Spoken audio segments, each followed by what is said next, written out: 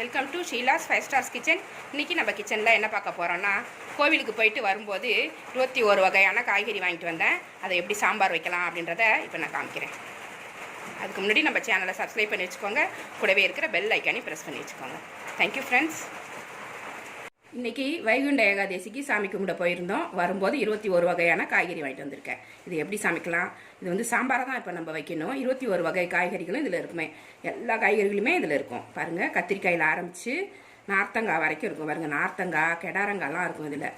Beetroot, அகத்திக்கீரை, நெல்லிக்காய், வாழைக்காய், சொரக்காய், பரங்கிக்காய், பீன்ஸு, கேரட்டு, வாழைக்காய், எல்லா காய்கறிகளுமே இதில் இருக்குது. இதை வச்சு இன்றைக்கி நம்ம சாம்பார் வைக்க போகிறோம். அது எப்படி செய்யலான்னு வாங்க பார்க்கலாம். இப்போ வானல் சூடு பண்ணியிருக்கேன். இதில் வந்து நம்ம சாம்பார் பொடிக்கு ஃபஸ்ட்டு ரெடி பண்ணிக்கலாம். இதுக்கு சாம்பார் பொடி இன்ஸ்டண்ட்டாக நுணுக்கி போட்டிங்கன்னா ரொம்ப நல்லாயிருக்கும். வறுத்து நுணுக்கி போடும்போது ரொம்ப டேஸ்ட்டாக இருக்கும். நான் இன்றைக்கி தேங்காய் எண்ணெய் தான் ஊற்றிருக்கேன். பாருங்கள், தேங்காய் எண்ணெயில் வைக்கும்போது நல்லா வாசனையாக இருக்கும். இது எங்கள் வீட்டில் அரைச்ச சுத்தமான தேங்காய் எண்ணெய். நீங்களும் சுத்தமான தேங்காய் எண்ணெயாக இருந்தால் மட்டும் ஊற்றுங்க. தலைக்கு தேய்க்கிற தேங்காய் எண்ணெயை ஊற்றுனீங்கன்னா அதில் ஒரு வாசனை போட்டிருப்பாங்க. அதோட வாசனை அடிக்கும், நல்லாவே இருக்காது. நம்ம வீட்டில் அரைக்கிற தேங்காய் எண்ணெயாக இருந்து சாப்பாட்டுக்கு யூஸ் பண்ணுற தேங்காய் எண்ணெயாக இருந்தால் ரொம்ப நல்லாயிருக்கும். இப்போ இது வந்து எண்ணெய் சூடாயிருச்சு. இது எல்லாத்தையுமே இதில் போட்டு வறுத்துக்கலாம். ஒரு 12 காஞ்ச மிளகா, 2 ஸ்பூன் துவரம்பருப்பு, 2 ஸ்பூன் உளுந்தம்பருப்பு, 2 ஸ்பூன் மல்லி போட்டு வறுத்துக்கிறோம். காஞ்ச மிளகா வந்து உங்களுக்கு காரத்துக்கு ஏற்ற மாதிரி போட்டுக்கணும்.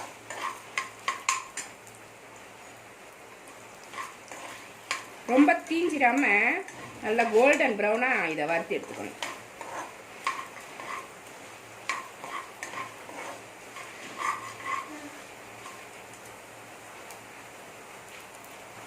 நல்லா வறுபட்டுருச்சு.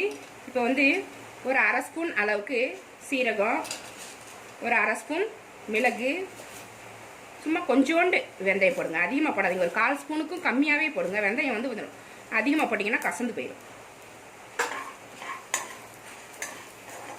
இந்த லைட்டாக வறுத்துட்டு மிக்சியில் நுணுக்கி கொண்டு வந்துடலாம். இது நல்லா வறுபட்டுருச்சு. ஆற வச்சு இதை மிக்சியில் தண்ணி ஊற்றாமல் நுணுக்கிக்கணும். நுணுக்கி கொண்டு வந்துட்டு சாம்பார் எப்படி வைக்கலான்னு பார்க்கலாம். இப்போ சாம்பார் வைக்கிறதுக்கு ஒரு பாத்திரம் சூடு பண்ணியிருக்கேன்.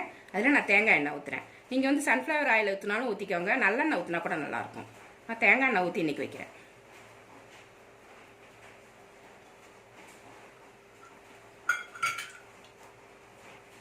எண்ணெய் சூடாயிருச்சு. ஒரு ஸ்பூன் கடுகு, உளுந்தம்பருப்பு.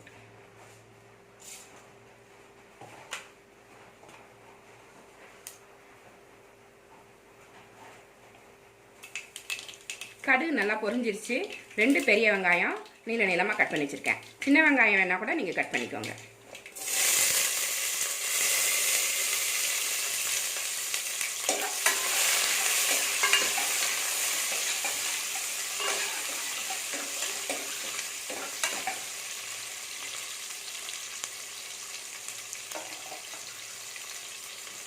கூடவே கொஞ்சம் கருவேப்பிலை.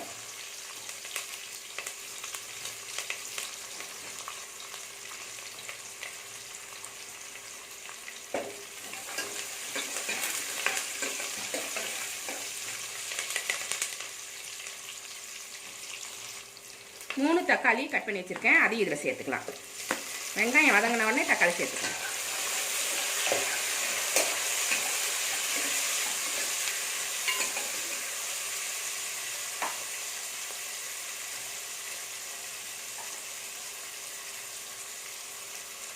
தக்காளி வதங்கிருச்சு. இப்போ காய்கறிகள் எல்லாமே சேர்த்துக்கலாம்.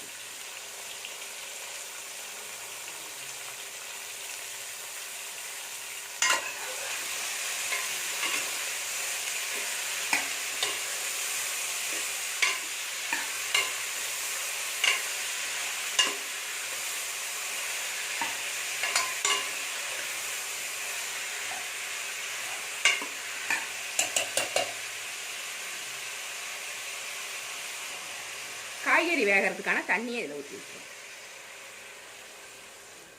சாம்பாருக்கு தேவையான தண்ணியும் சேர்த்தே ஊற்றிடுவாங்க. உங்களுக்கு எவ்வளோ குழம்பு வேணுமோ அதை விட கொஞ்சம் அதிகமாக ஊற்றுனீங்கன்னா கொதித்து இந்த காய்கறிலாம் வெந்து முடிக்கும்போது உங்களுக்கு கரெக்டான பக்குவத்துக்கு வந்துடும். மஞ்சள் பொடி 1/2 ஸ்பூன் போட்டுக்கலாம். உப்பு தேவையான அளவு.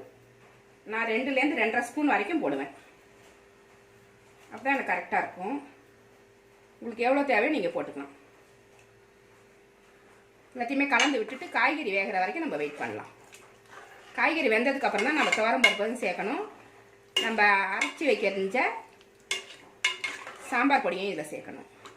சாம்பார் பொடி நுணுக்கும் போது கொஞ்சமாக தேங்காயும் சேர்த்து அரைப்பாங்க.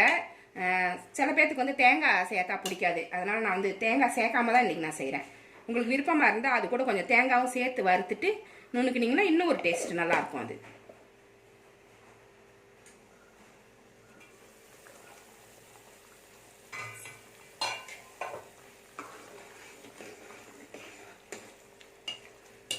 காயெல்லாம் பாதி வெந்துருச்சு. இந்த சமயத்தில் வேக வச்சுருந்தா துவரம்பருப்பை இதில் ஊற்றிக்கலாம். நான் 200 கிராம் துவரம்பருப்பு வேக வச்சு வச்சுருந்தேன்.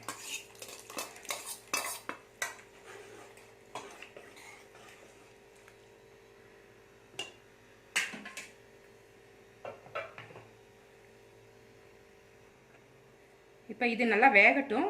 இந்த தண்ணி கொஞ்சம் சுண்டிடட்டும், காய்கறியும் நல்லா வேகட்டும். அதுக்கப்புறமா நம்ம சாம்பார் பொடி சேர்த்துடலாம். ஏன்னா சாம்பார் பொடி சேர்த்த உடனேவே குழம்பு வந்து திக்காயிடும். அப்புறம் காய்கறி வேகிறதுக்கு டைம் இருக்காது. திக்காயிடுச்சுன்னா அதுக்கப்புறம் நம்ம தண்ணி ஊற்றி திரும்ப வேக வைக்கணும். அதனால் கொஞ்சம் காய்கறி வெந்ததுக்கப்புறம் நம்ம சாம்பார் பொடி சேர்த்துடலாம். காயெல்லாம் நல்லா வெந்துருச்சு.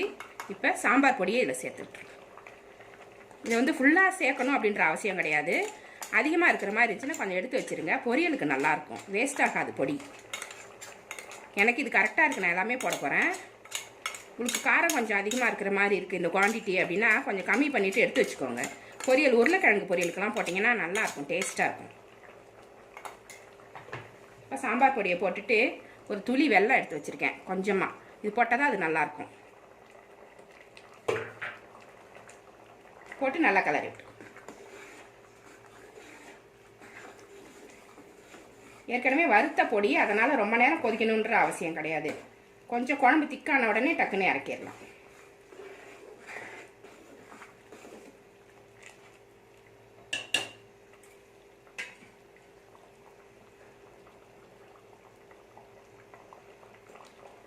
நல்லா கொதிச்சிருச்சு, காய்கறிகள்லாம் வெந்துருச்சு, குழம்பும் கரெக்டான பக்குவத்துக்கு வந்துருச்சு. இந்த சமயத்தில் நம்ம என்ன பண்ணணும், கொஞ்சமாக தேங்காய் எண்ணெய் இறக்கிட்டு ஸ்டவ்வை ஃபஸ்ட்டு ஆஃப் பண்ணிடலாம்.